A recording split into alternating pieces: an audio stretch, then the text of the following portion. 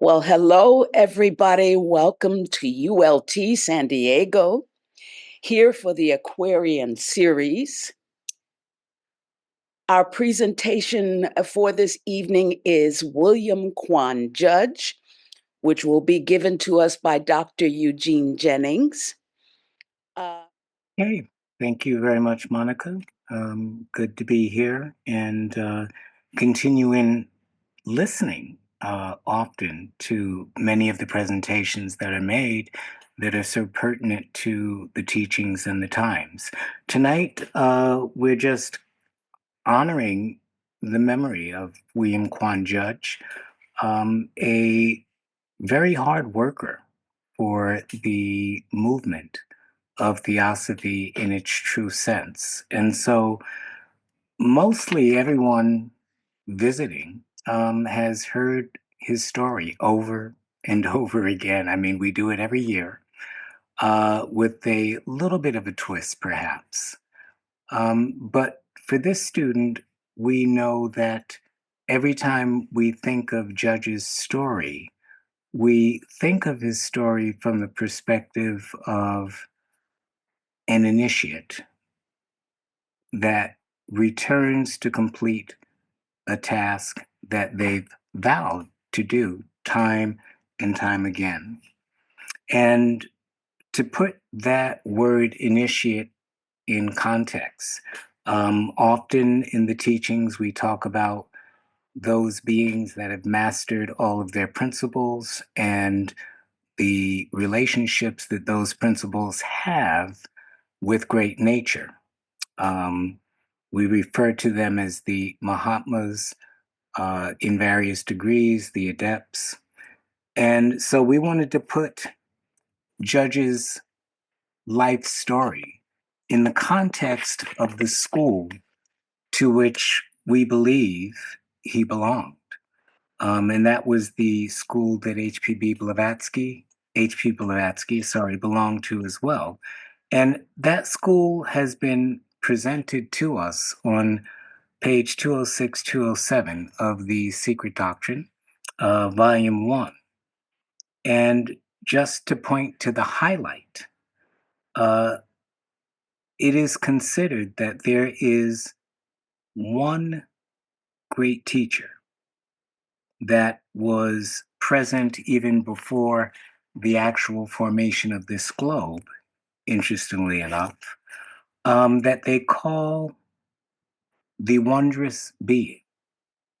And it is said on page 207, these arhats of the fire mist of the seventh rung are but one remove from the root base of their hierarchy. And at the peak of that hierarchy is the one that they call the ever living human Banya, a wondrous being descended from a high region that became involved with humanity at the early part of the third root race or age. And they state that the being just referred to, which has to remain nameless, is the tree from which in subsequent ages all the great historically known sages and hierophants, the rishis, Kapila, Hermes, Enoch, Orpheus, etc., have branched off. And HPB tells us, beyond a shadow of a doubt, that that is essentially the school to which the Theosophical movement itself belongs.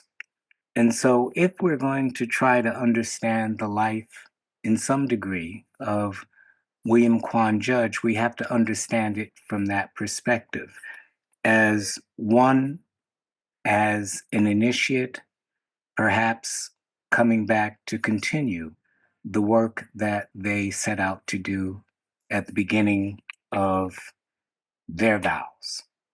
And so when we look at his life, we typically look at it through that lens. How can we understand what it's like to be an initiate. What do we have to go through? What do we have to put up with? What are the struggles that we have to face? And perhaps his life story, at least in its human aspect and in its mystical aspect, provides us with some of that understanding. The basics we can all get from the books. He was born April 13th, 1851, in Dublin, Ireland. Uh, the biography on him in Letters That Have Helped Me indicate that his dad was a Mason and a student of mysticism, which seems to imply that there may have been some genetic or familial tendencies, at least in that family line, for providing a vehicle that would support a soul coming back.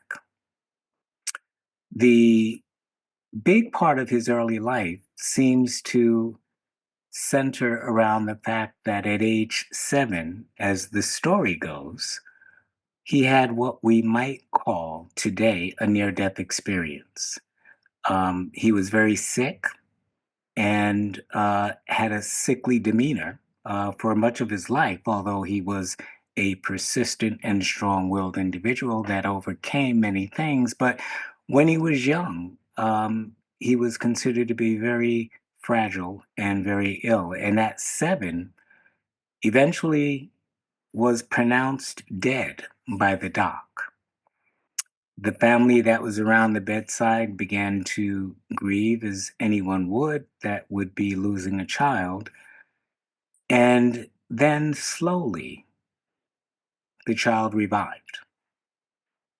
And as he revived, the story goes that over the coming years, he began to show a great tendency to read, and they had not really understood how he had gained those abilities. But he began to pick up many books, perhaps from his dad's library, that had to do with Rosicrucianism, mysticism, magic, spirituality, all of those fringe topics, especially in the 1800s, that did not really fit in necessarily with the strong cultural currents of the 1800s, although Ireland did and does have its roots in its own spirituality. They didn't make too much of it because they couldn't make too much of it, but as he began to grow and recover, again, he persisted in these studies. And from his perspective, he said it was an interesting event. In some of his stories, in again, Letters That Have Helped Me, he shares the story of a soul standing over the body of a dying child. And then being asked if he was ready to complete his vows and saying yes. And in saying yes, eventually coming to take on that body, to live in sync with that body. And that taking on that body coincided with the apparent resuscitation and or recovery of the child. And if this has any truth in reality, then what we are privy to is the fact that the soul of a being that has perhaps belonged to this tradition that we referenced on page 207 of The Secret Doctrine, that has vowed to serve humanity, does come back, does have a duty, and does continue without devaconic interludes, those devaconic interludes being those restful states after death that the majority of human consciousnesses partake in involuntarily. And the teachings themselves do indicate, as some of the comments HPB made directly to Judge indicate, that he was one of those that decided that they wanted to forego the after death state of Devachan and incarnate immediately to continue the work that they had vowed to do from lives before. And so from 7 through age 13, they report again doing the things that a lad would do to the degree that he could due to the frailties. But at 13, his mother passed. And as the teachings in the in the letters that have helped me indicate, his mother was giving birth to her seventh child. And although the child, we believe, lived, the mother did not. And it was shortly after that that his father decided that they would then relocate to the United States. So at the age of 13, dad picked up the seven children and relocated to the area of Brooklyn in New York City in the country of America. And it was there that Judge, again, not really awoke, if you think about it. To go back a little, he knew that he had made a vow. He knew that he was coming into a body. But coming into that body, there seems to have been some loss of memory. And yet the instincts for the recovery of a lost doctrine, a lost knowledge, a lost teaching, a lost mysticism, for lack of a better way to put it, was there. And yet, as he began to grow up in the typical way, and his father relocated the family to America, it was again a very latent instinct, having to do what kids do, having to survive, having to go to work, having to go to school. All of those things he did. And then when they were in the Americas, he continued on with his education and eventually ended up becoming a clerk, as the story goes, in a law office. And he persisted in that job, completing his regular education, trying to then become a professional lawyer. And the history goes that about the age of 21, 23, somewhere around there, he actually at the age of 21, did complete his law degree. I believe at the same time he did become a natural citizen of the United States. And then by the age of 23, had met the woman, Ella Smith, that he would love and devote his marital life to for the rest of his life. And as he tells us in some of his later stories, the love was there. But again, the time, the culture, the family beliefs in Christianity, etc., were really antagonistic to the mystical tendencies of his being. But as he puts it, he would not be one of those that would leave his family duties to pursue his own desires because it was not correct. So again, we're being seen, or we're being given a little peek into some of the difficulties that perhaps an initiate that has a vow, who takes on a body and yet loses the primary consciousness of what that vow is. The story of the prodigal son, all of those other stories, we're being given a peek at what some of those struggles are, including one of the most intimate, that of marriage. And if we are fortunate or unfortunate in terms of having a spouse that either supports this occult endeavor or stands against it. And for Judge, his wife was verbally and outspokenly in opposition to those theosophical teachings. But to make matters even more challenging, they did have a child. And shortly after that child was born, as she was growing, uh, as the story goes, she ended up becoming susceptible to diphtheria. And in those days, there were no real remedies for such an infectious disease, and the daughter died. And so we can all imagine what that was like for both him and his wife. It's difficult enough losing a child, period, at any age, because the natural tendency in life is for the child to outlive the parents.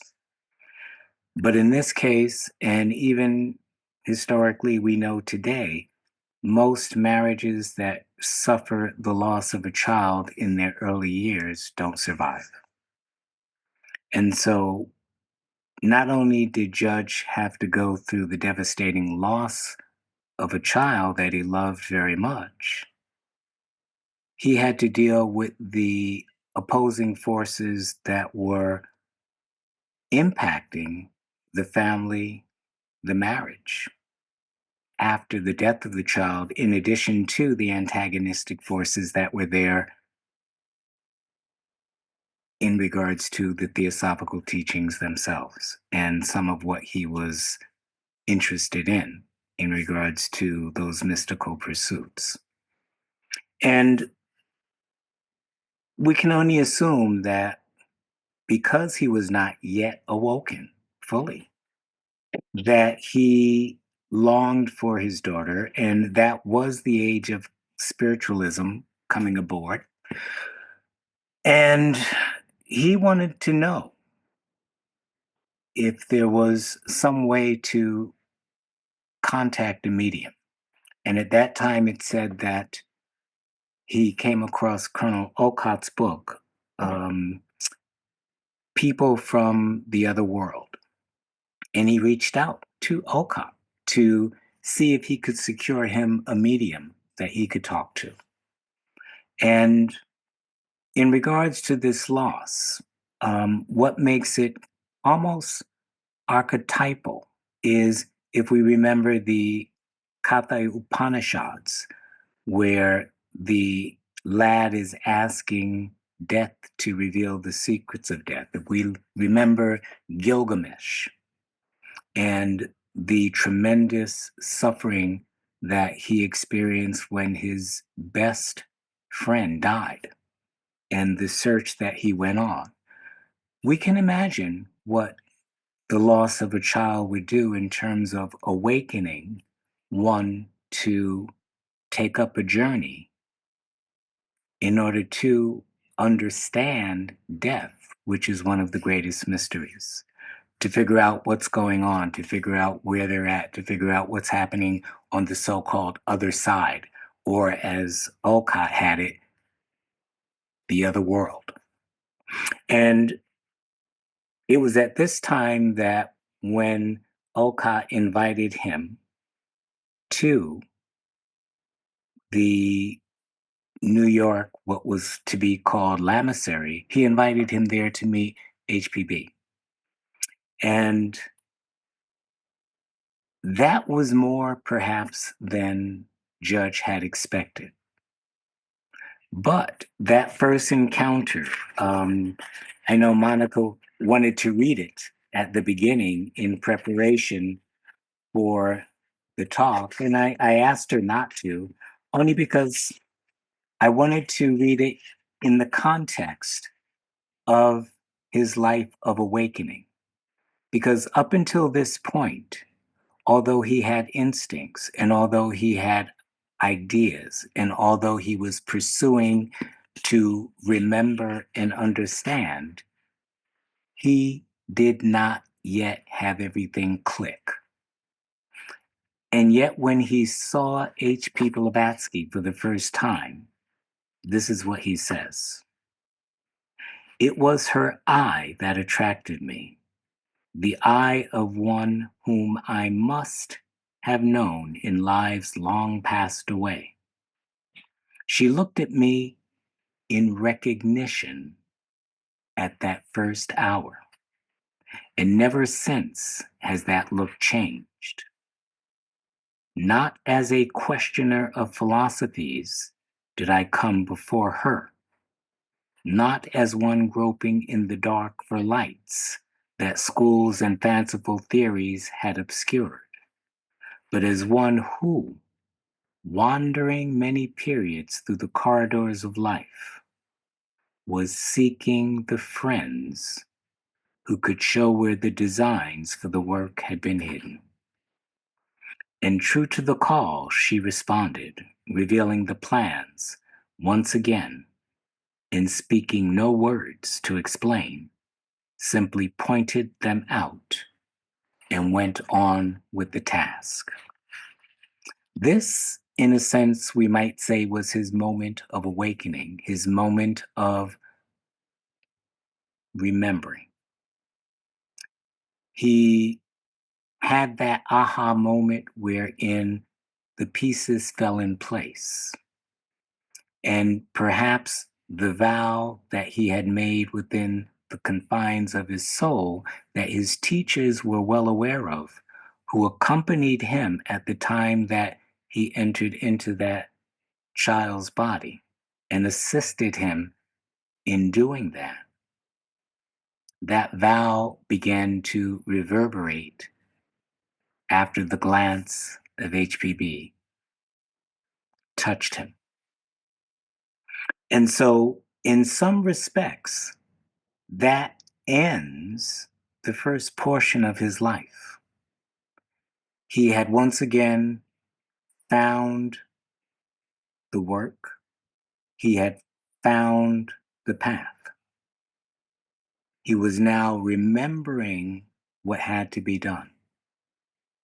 And yet, from 1875 through the time that Madame Blavatsky and Olcott left for India in 1878, he, as the letters point out, was a very frequent visitor to H.P. Blavatsky's Lamasery. Except for a couple of months when there were certain things that are unclear that were ongoing in his life, they said he was there just about all of the time. And what was he doing?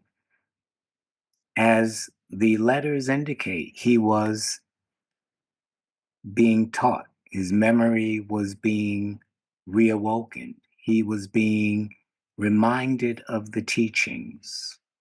He was studying to rekindle those latent memories. Why? Because, as HPB tells us, there are different ways that souls come into bodies, and those that have been helped, that are still on their path of initiation and development, may enter into bodies with no memory. And then they have to go through that initiatory path over again. And they can fail. There are no guarantees. And so it was not clear that Judge at that time could be fully entrusted with the duties that had to be done. And so a time of study, a time of learning, a time of practice, a time of awakening with HPB. And yet it was a very short period of time in regards to the duration of a life. It was only 3 years. And then the second phase, we can say, of his life began in terms of the initiatory path. As the teachers have often said in the Mahatma letters to Sinet, they allow their disciples, their chelas, their neophytes to exist in the world alone, not even having contact with them, because it is important that they develop those self, how can we say, mastery, self mastery skills and ability on their own that will then be used in the correct way for the benefit of the work that has to be done. And Judge was left alone. And so, from the time that they left in 1878, he and I believe in the beginning, Doubleday, Mr. Doubleday, were left in charge of the lodge in New York City. And there were struggles. And really, when we look at Judge's writings, he began to take up writings and sending letters to another student initiate, Damodar. Damodar was in India. He was another one that was very sickly at birth. He was another one we believe that had had a near death experience. He was another one that had seen his master very early in his life before he had seen him or her in person. And in his awakening, he had actually given up his Brahmanistic faith to pursue the occult path. And that's something that was considered to be highly unorthodox in India and in Indian culture. And yet he gave that up to be with HPB and pursue the path of the work in light of his relationship with the masters. And so he was in Adyar, he was in India, and Judge, as he says himself, he went through a very dark period of time from 1878 till the time he set out, which was 6.5, not 7, but close to 7 years. He was left in New York, left with the opposing forces, unfortunately, not giving up on his marriage, not giving up on his work as a lawyer, but also trying to put time and effort into the theosophical teaching. And they report in his writings that this was a period of probation. This was a period of challenge. This was a period of do or die. Can you keep it together? Can you stay on the path? Can you persist in the work? Can you carry forth the vision? And the answer, in a sense, is one that one of the students had provided for a memory of Judge that reflected the fact that whether there was anyone in a hall or not, he would always open up the hall, have the class, read the assignments, and again, even if it was an empty room, because he was trying to establish the current and the habit that would provide the environment for souls to be attracted to the lodge. But still, if we read his letters to Damodar in India, he acknowledged that HPB was too busy to spend time reading his letters and talking with him. And Olcott had his own agenda in terms of what he had to do regarding Buddhism for the movement. And so both he and Damodar corresponded. And in those letters, you can see the difficulty of the path, the despair, the uncertainties, the depressions, the obstacles. And yet, what they did for each other throughout those years of correspondence was wonderful in that they supported each other, sometimes they taught each other. Sometimes one had to lift the other up because they were feeling oppressed by the obstacles that they faced. And despite all of that, they established a very, very strong bond, and Judge learned from Damodar. And there were times that even though Damodar was closer to the teachers and had actually met with them, Judge had to hold him up and support him. And so that speaks to the bond that must exist between the chelas, between the students, between those pursuing a path. There cannot be any discord. There cannot be any envy. There cannot be any jealousy.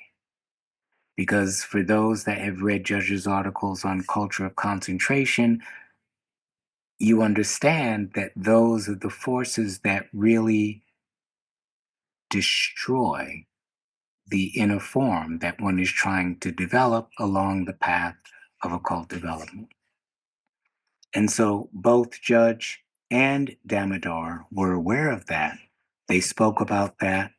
They supported each other to help each other get through.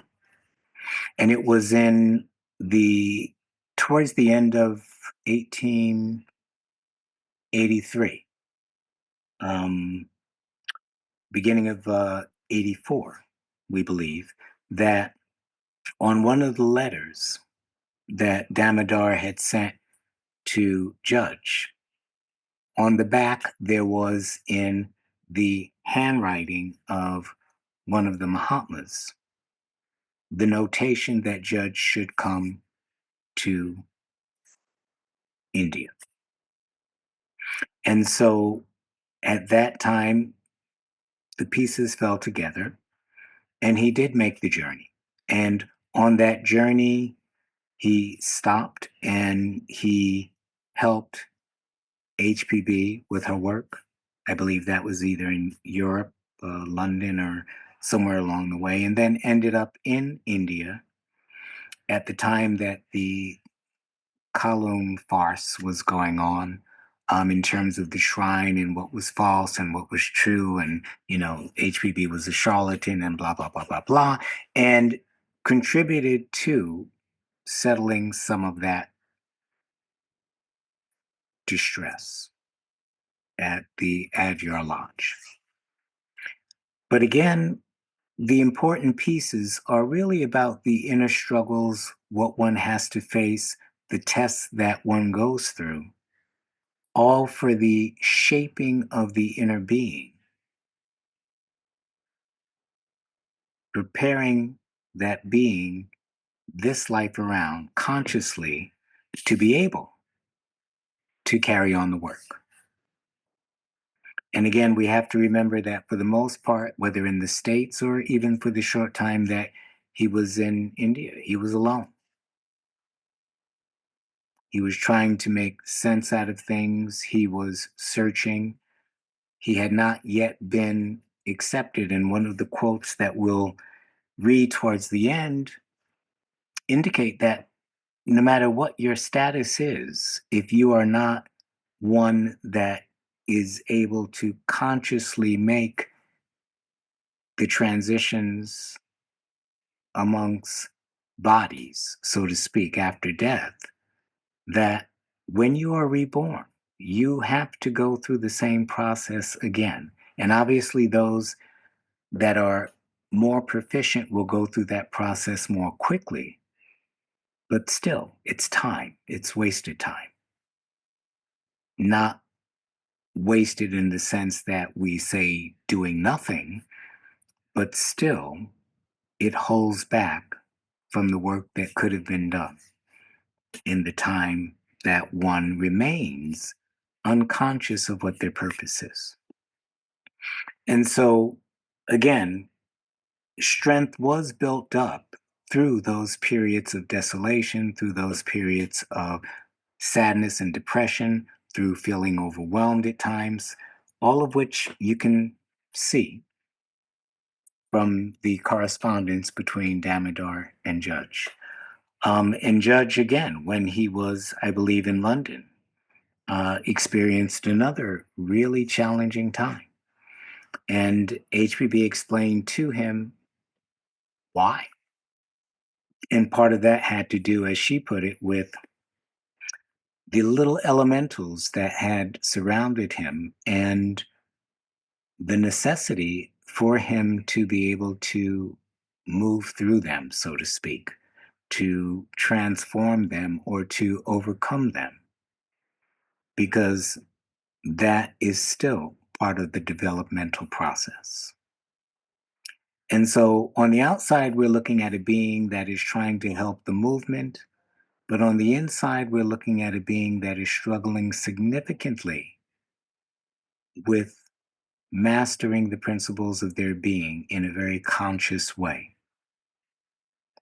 That is one of the differences with the school that was referenced 207. The development has to be conscious, has to be self conscious, has to be willed. There is nothing given. It has to be earned through one's own actions, through one's own mistakes, and through one's own karma.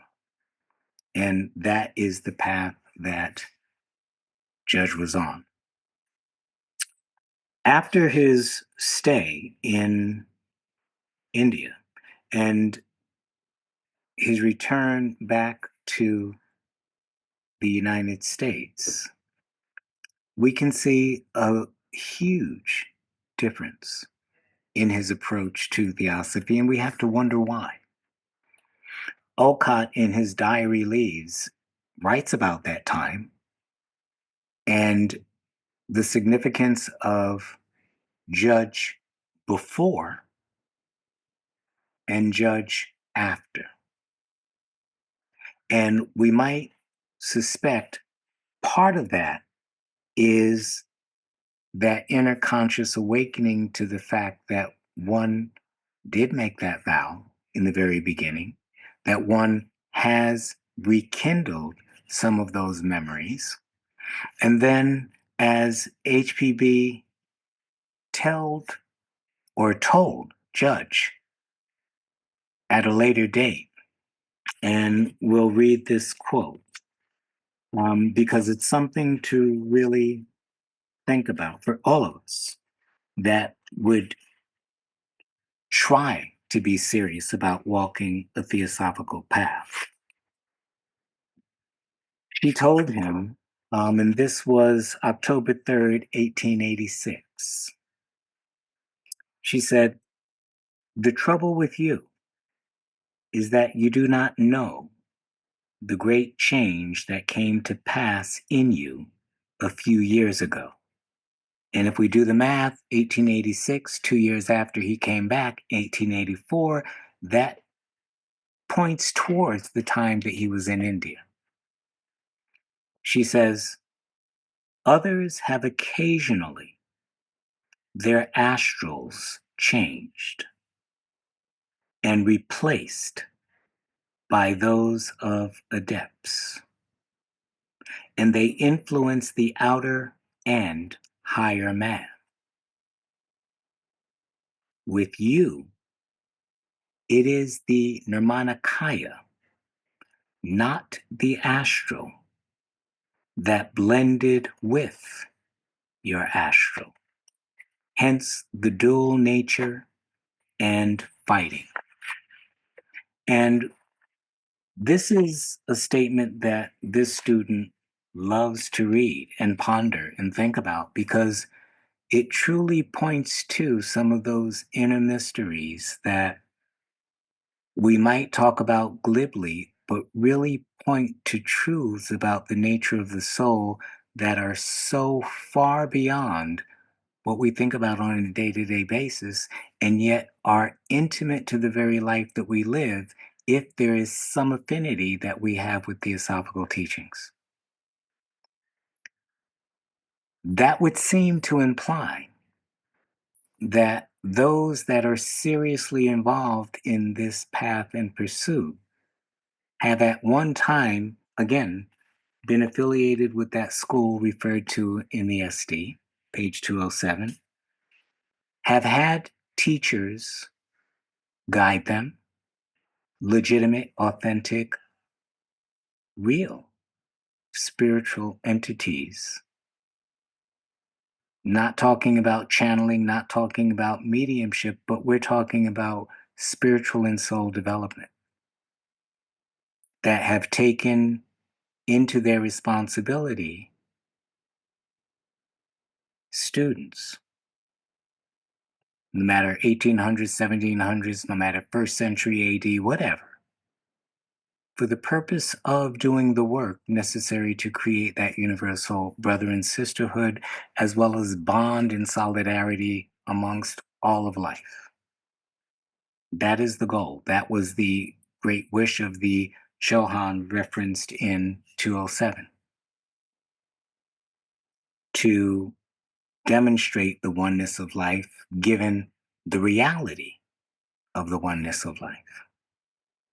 And so to appreciate the fact that the Nirmanakaya, as used in the context of this quote, had a relationship with Judge in regards to his ego, and then what subsequently happened, is really something to meditate on. And what did happen? After Judge came back from from India in 1884, he ended up working even more intensely, despite the obstacles, despite the things that would be in his way, from 1884 to the end of his life in 1896. And we just like to keep in mind some of the things that he did during that time. As they say, 1886, he started the Path magazine, and for the most part had to write most of those articles himself under pseudonyms because there were not that many folks, perhaps like today, available with the knowledge to do the writings that would lead people to the right path. In 1888, he spent some time back in Ireland and then moved on to London again to assist HPB in writing The Secret Doctrine. In 1889, he started a magazine called the Theosophical Forum. And for those of you that have read the little book, it's about questions and answers and clarifications that relate to occult doctrine. Ways to better understand so that we don't go off on magical fantasies and imaginations thinking that we are something that we are not because we know some words. He presented clearer concepts and ideas behind the doctrines of theosophical teachings through that work. He contributed in the ensuing years to HPB's magazines, Lucifer, in regards to certain articles, and also to the Theosophist. And HPB said in loving endearment that his works, his path, his writings were pure booty, pure universal truth, based on that love, that compassion, and that heartfelt quality of universality. Whereas her Lucifer and articles in the Theosophist were the combative, fighting, monastic nature. Both served a purpose, but she acknowledged the contributions that he or whoever that inner being was working in him as judge engaged in order to clarify the teachings, in order to make them real, in order to make them understandable, and in order to integrate them and show the relationships between them and the other systems. In 1888, and we can only imagine what that was, HPB, in addition to Judge, as a helper, formed what she called the esoteric section for Theosophical Study. And we can only imagine if she had the abilities that she had, if she had the knowledge and the wisdom that she had, if she could do the things that she is alleged to have done, if she could write with knowledge about the topics that she did, and Judge could do what he did, we can only imagine, vaguely perhaps, what type of an esoteric section in school that would be if these two teachers were alive today. I don't know what words we could use that would describe what that process could actually be like. And it would surely have to surpass words and conventional speech in regards to the way we talk to talk about sacred spiritual truths that language cannot always represent properly. But nonetheless, to have Judge work with her in regards to that esoteric work that was allowed by her teachers must say something significantly important about that soul that we call Judge. In 1889, for those that are familiar with Patanjali's Yoga Sutras or aphorisms, he wrote an interpretation and a rendition, not so much of them, but a kind of commentary to help understand and clarify them. And those of you that have tried to study that book know how deep it goes in regards to the very essence of what the nature of life itself is and what the relationship of our soul is to that one life. In 1891, Letters That Have Helped Me was being formulated in terms of practical instructional information Judge was rendering to certain of the students that he was in communication with here in the West. And for those that are familiar with that book, Letters That Have Helped Me, if you read those letters, you will find in those letters ideas and things about the occult, psychic, and astrophysiology that have not even been explained in all of the so-called Western occult literature that, bombarded the bookstores since the so-called New Age. Simple, practical, when to start, when to stop, what to do, what not to do, how to not short circuit your own system in regards to what these practices are, but above all, how to be truly devoted, how to be truly involved with the work of the Theosophical movement itself. It was always about other, never about self. And so practical and occult knowledge is provided in that book if one truly studies it in light of the teachings. In 1893, he published The Ocean of Theosophy. And you guys are familiar with that because that's one of the main books that we study every couple of years. He generated the English rendition of the Bhagavad Gita after he obtained help from one of the students in translating it from the Indian language into the English language, and then trying to help clarify that in regards to the Gita itself, and then for those that are familiar, notes on the Gita with he and his student, Robert Crosby. He continued his general work as it related to starting centers, and they said he himself started over 100 ULT centers during those latter years of his life. And we must put this in the context of another challenge. Um, when he spent time in South America in the 1870s, he contracted Chagas fever.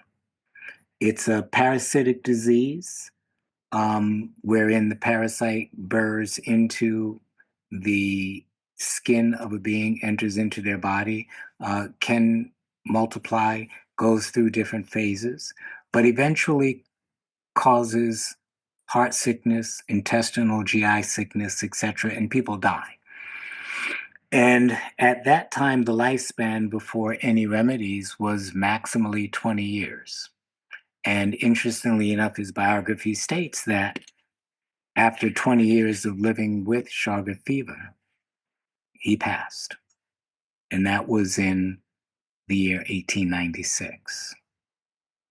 But again, we have to look at this in the context of his entry into the world, his gradual awakening, his period of probation, his acceptance, his initiation via that Nirmanakaya encounter, and then the tremendous amount of work from 1886 onwards that he was engaged in that gave him the title of the resuscitator of Western theosophy.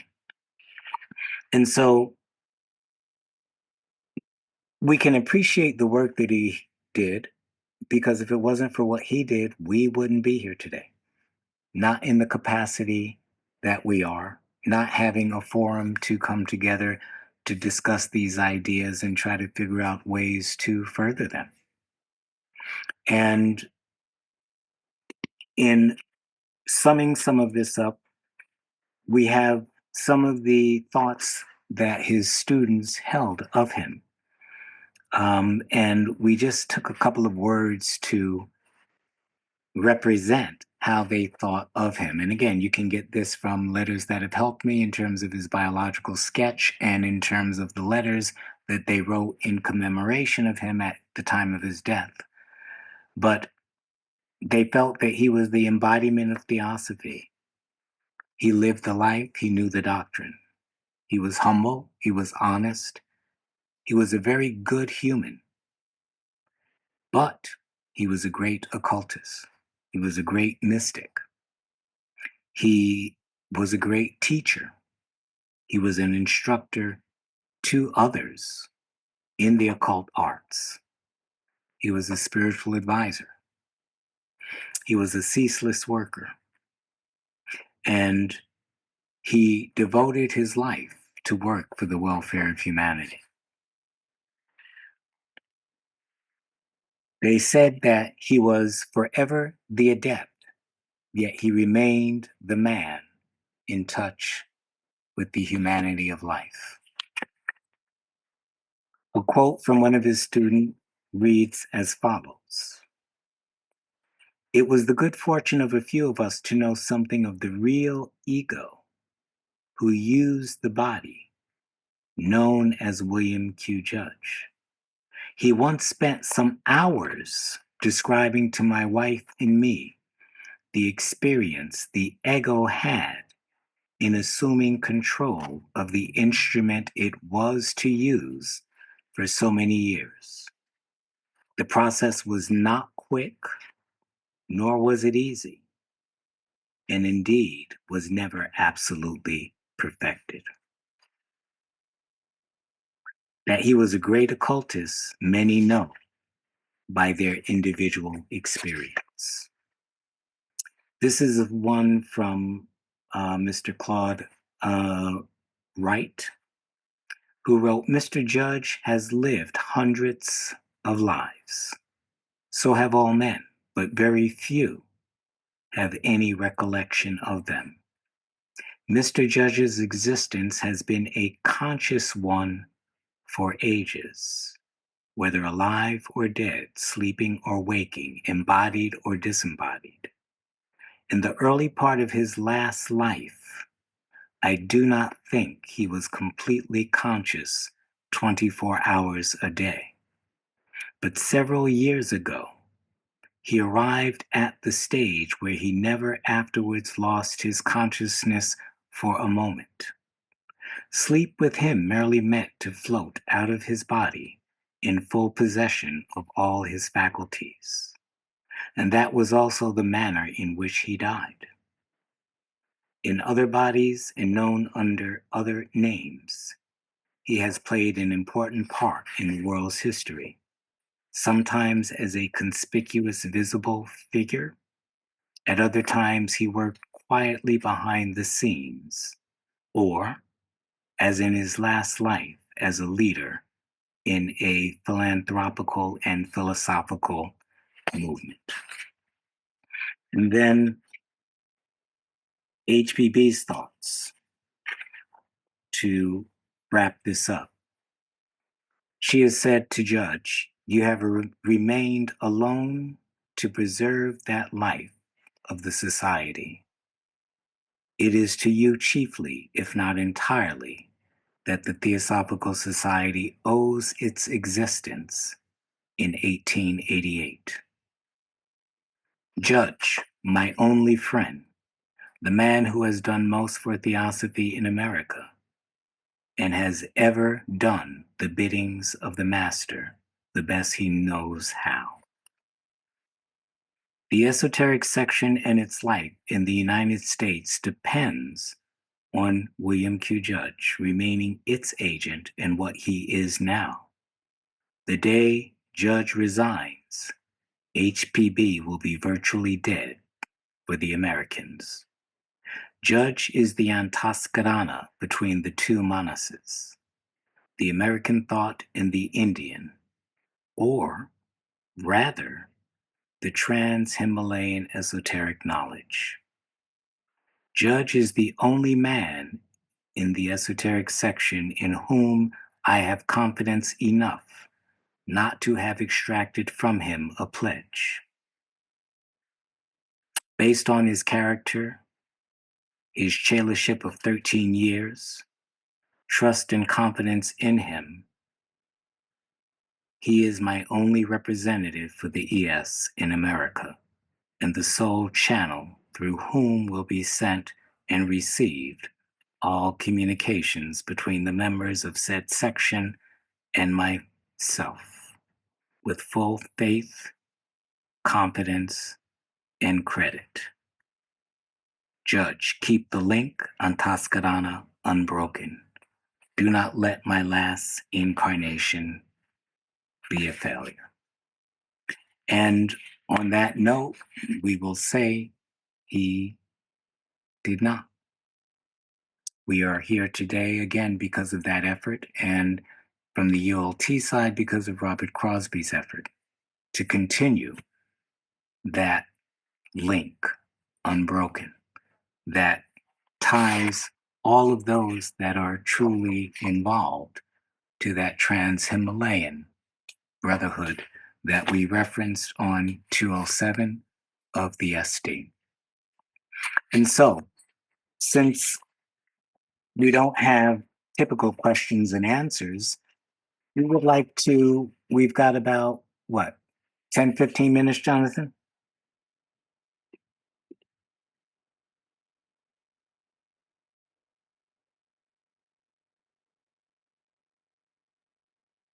Yeah, we've got some time. So Okay.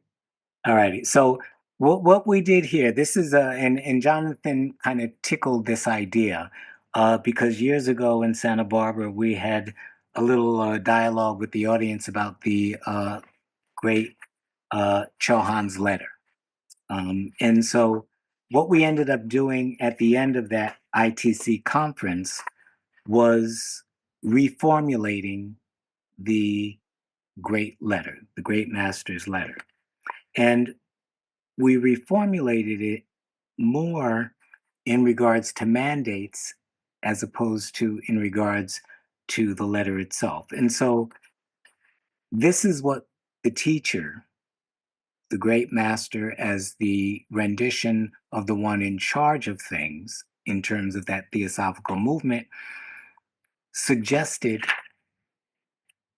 the Theosophical Society should be doing. And so I'm going to read a few of these that we reformulated. And the question that we should ask ourselves is, given what we know of the life of Judge, did he follow these recommendations? And so the beginning of that letter, we just summarized as follows. The problems of true theosophy and its great mission are, first, the working out of clear, unequivocal conceptions of ethic, ideas, and duties, such as shall best and most fully satisfy the right and altruistic feelings in all beings. And second, the modeling of these conceptions for their adaptation into such forms of daily life as shall offer a field where they may be applied with most equitableness. Such is the common work placed before all who are willing to act on these principles. And that comes from the portion of his letter where he says that all of the traditions are really trying to achieve the same aim. And so the questions, again, for Judge. Did Judge show the ability to let all friends and students of theosophy promulgate the only true doctrine as if it were already fully triumphant? And we ask that because the teachers stated that it would be proven to be triumphant. Did he strive to realize that we are all the ocean? Did he work in terms of the philosophy to demonstrate that we could become that ocean of theosophical wisdom? Did he work to reveal that divine wisdom itself was something that each could encounter, acquire, and assimilate? Did he help strengthen the moral code of all creatures and beings involved with truthfulness, purity, self denial, charity, and other virtues? And did he do that gently? Did he shun the idea of nirvana, just as we shun the illusionary aspects and ways of life, so that we might lead each onto the true path, regardless of what the cover, regardless of what the tradition, regardless of what the religion is that is being used? Did Judge work to demonstrate that in all of those traditions? Did he strive for the freedom from I-ness or ego? Because the teacher said the one thing that we all have to do is get beyond our sense of ego. Did he help purify and clarify the intellectual manas so that it is not lost in a state of annihilation in regards to the laws of life? Did he seek to make the principles of theosophy the cornerstone and foundation for all religion, philosophy, and science? And again, demonstrate its reality. Did he work to emancipate and enlighten as many minds and souls from distorted dogmas so that the fundamental esoteric truths of the one life in its diverse forms could be realized in the heart of all? Did he demonstrate that compassion, that self sacrifice, that benevolence, charity, love, deep understanding of self and others through action?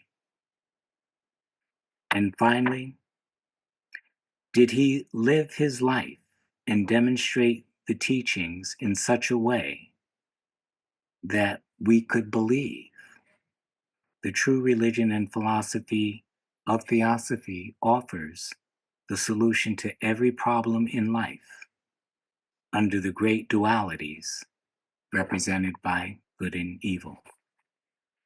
Do we think he did that? Did he rise up to the occasion? Was he a successful initiate? Or did he fumble? What do we think? Oh, What do while we people think are about gathering, Judd? while people are gathering their thoughts, I might just offer something. I'm not in any position to judge an initiate like that, but one could be inspired by his exemplary life. And it was only a 20-year time span that we're even talking about, really, right? Mhm. So, I mean, he got done what other people would take lots of lifetimes to do. But just in terms of his, you know how the Great Master's letter talks about it's really the ethics of theosophy that we need to be promoting. And that's the style in which Judge wrote. And he wrote for the common person Mhm. to be able to understand. And in that sense, it was pure Buddhi um, that he delivered. So I'm sure that other people have things to offer, though. Great. Thanks very much, Jonathan. Maluka. One of the best biography I ever heard of, William Q. George. Thank you very much. Very, very complete. Thank letters that have helped me. Yes, but what they say, actions speak louder than words. Because you can write whatever you want to write, but if you don't exemplify that, then you won't touch people the same way. So he was an example and very inspiring in his action and words. Another thing that he was very interesting that I always moved me is that HPV and him, when there were pandemics, and there were pandemics at the time they were alive, they will tell the student, this is the time that the soul is more vulnerable, more open to this type of idea. So promote reincarnation and karma in whatever way, with money, time, efforts. And I think this is something that we had shy. I brought it up so many times in meetings and fly through people. And I don't understand. I mean, I think it's still necessary to promote them, even if we have a bunch of people that wrote books and so many, people that came after them. I really think we are right now. And another thing, HPV connects what's happening in the world with these ideas. Right. And I think we have to start being more grounded in that respect. Because sometimes I think we had the tendency of flying into too much into the cosmos and other, topics that they are important too. But also, we have our races, everything that is happening is speaking very loud to us that there is a lot of work that we still have to do. And thank you again. No, thank you. And yes, I mean it's about the second volume, Anthropogenesis, us. All of the efforts are about that human solidarity. So he was a great example of putting that into practice. Thank you. Yes, Laura. It's a great example of showing us how it is that we can work through great difficulties, that are very helpful. So oftentimes students will say, well, I can't do the work right now because it's too hard or it's too difficult or I've got too many obstacles. And when you look at the life of Mr. Judge and HPV, they're a very practical example for us that regardless of whatever condition we find ourselves in, we can always work as students. And in fact, we're obligated to work. And the other thing that comes to mind is that, is there an energy that we get from overcoming these obstacles and continuing with the work? Yeah, indeed. Thank you. And it would seem that that energy of perseverance, we develop. It's a soul quality. It allows us to go without that devaconic break, as Judge indicated. And yes, it's about being in the world in the midst of all of chaos, dealing with everything that we have to deal with at the same time that we're trying to put forth the theosophical teaching. And that's the example he gave us. There's one note in the chat, and it points out the fact that they felt pretty much like they were reliving his personal experience and how he overcame his challenges, and at the same time, leaving all of the work of the highest quality and getting that done. So, it's a beautiful example. Thank you. And that perseverance of soul truly becomes stronger. Yes, Judy. Yes, I have heard that Judge suffered so much because his Nirmanakaya body was not quite complete. And maybe this is why, or is it a necessity that a bodhisattva go through again the learning experience in life, because he didn't know who he was or what his mission was until he met HPB. Yet I've also read that he was actually in another body when he was asleep in India as a Maharaja. And that late in life, he told his students that he was, in fact, a Hindu. He was not who he appeared to be. So, how can we quite unpack this mystery? I mean, even the Buddha seemed to have to relearn who he was again. So, it's a great sacrifice, and one could fail. Yes, I mean it's a great one and an important one. And there was a quote, I don't think I read it, but it related to that fact that every time we come back into life, if we are not making that consciousness transfer fully intact, we have to redo it. We have to go through the experiences and wake up. And in Judge's case, several things that he pointed to in his stories, including the story of, living the life of a Raja in India, and then due to the time zone differences, 10, 11 hours, living the life of Judge, um, is that there's the monastic ability to transfer, and then there's the astral coalescence with coming into a new body that one has left that has been on the verge of dying. And so there are several occult truths in those stories that he leaves for us to figure out, but yet are essential to an understanding of the way the philosophy works.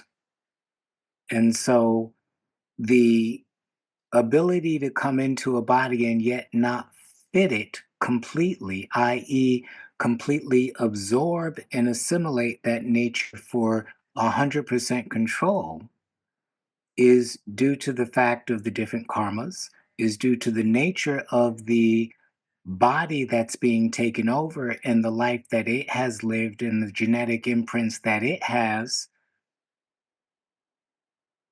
in addition to what the ego soul is bringing as its not negative baggage, but knowledge baggage and psychic baggage that has to, in some degrees, mesh with that astral or that body. And so, in the stories that Damodar shared with Judge, he spoke about the different ways that consciousness impacts a body, either influencing it, either taking over the control of its senses and yet not being within it, merging with the body completely. And typically, that occurred with him and his teacher only because they were in sync. And so, when one is taking over the life of a dying body, that's a different process. And there may not be those that are in sync, and yet it's the best available thing that will allow that ego to continue to do work in the terrestrial world for a purpose or a time. And so, scattered throughout the teachings, scattered throughout the letters, are all pieces of information that provide students with hints that allow for deeper study in terms of those processes that they don't talk about often. And so, again, when we look at that great master's letter and put it in terms of mandates, in fact, we have a picture of the life of Judge. He must have known that letter well. He must have lived his life accordingly. And again, if HPB, what she says is true about the Nirmanakaya blending with his being, that is clearly something and a knowledge that we have to keep in mind that he had.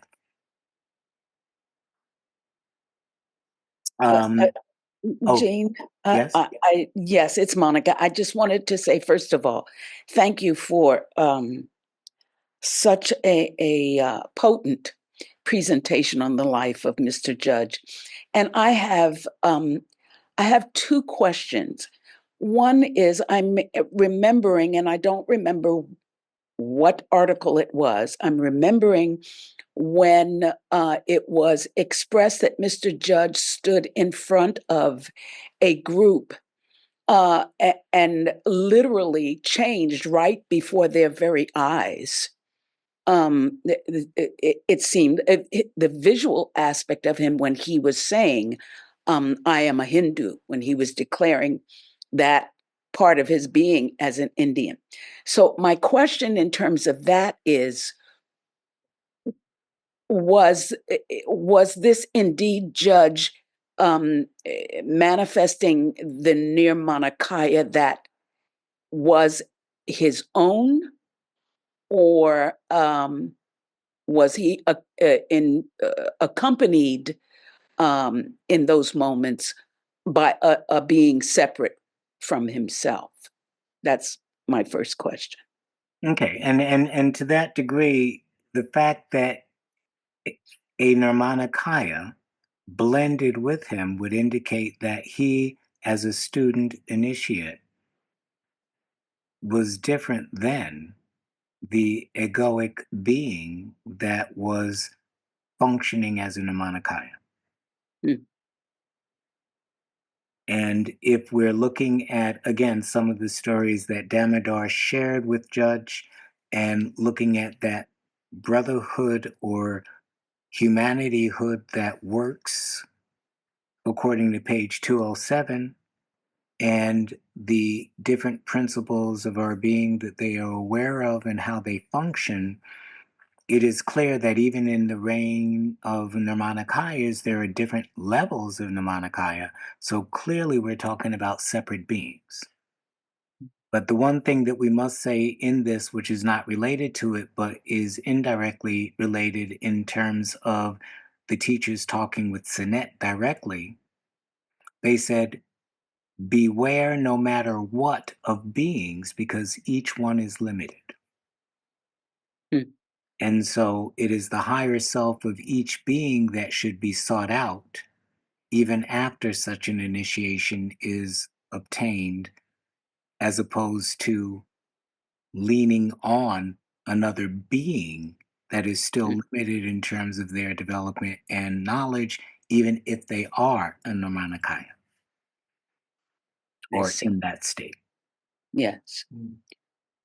My other question is basically a bit more worldly in that I've walked through Barnes and Noble bookstore and thinking about the bookstore that's taking shape here at ULT San Diego. And I was just amazed at how pitiful their metaphysical section in Barnes and Noble is. I mean, I'm in a state of shock about it. Now, this person, Doubleday, what is this? The Doubleday publishing dynasty that Mr. Judge had association with? And again, Doubleday, I don't know if it was the baseball or the publishing, but I think it was the publishing Okay. back in the 1800s. Yes, I'm understanding Right, it. I'm just right. thinking, that could there have been some kind of development where, these ideas there was a better effort at getting these ideas into these publishing houses, but clearly not at this. Well, we do have to remember for those that were out in the heydays in 75, 80, the bookstores used to be replete with Mm, all kinds of so-called occult, magical, religious, philosophical yes, literature. Um, Up until I think the internet came on board, there are some of you that remember in California the Bodhi Tree. I mean, that was a absolutely. great bookstore. Oh, I mean, yes, most of us spent hours in there, 4 or 5 hours walking around, looking at the books, reading clips and things like that. In absolutely. in those days in California, and yet now you find one bookshelf, perhaps like one of those columns behind me, with Yes, so-called literature, and to some degree that's probably good, but online, if you hit the right places, you can find a lot of literature, and that literature you would not be finding in Barnes and Nobles often. It used to be there. But again, yes, perhaps because of the changes that are occurring in the publishing world and electronics and the internet, they're just leaning towards different ways of distribution. Um, nice. but there is still a tremendous amount of pseudo occult literature, online. If you're looking at the right sites. I see. Well, thank you very much. Desiree's trying to ask a question. I Oh yeah, Desiree, I had seen her hand up and then she disappeared.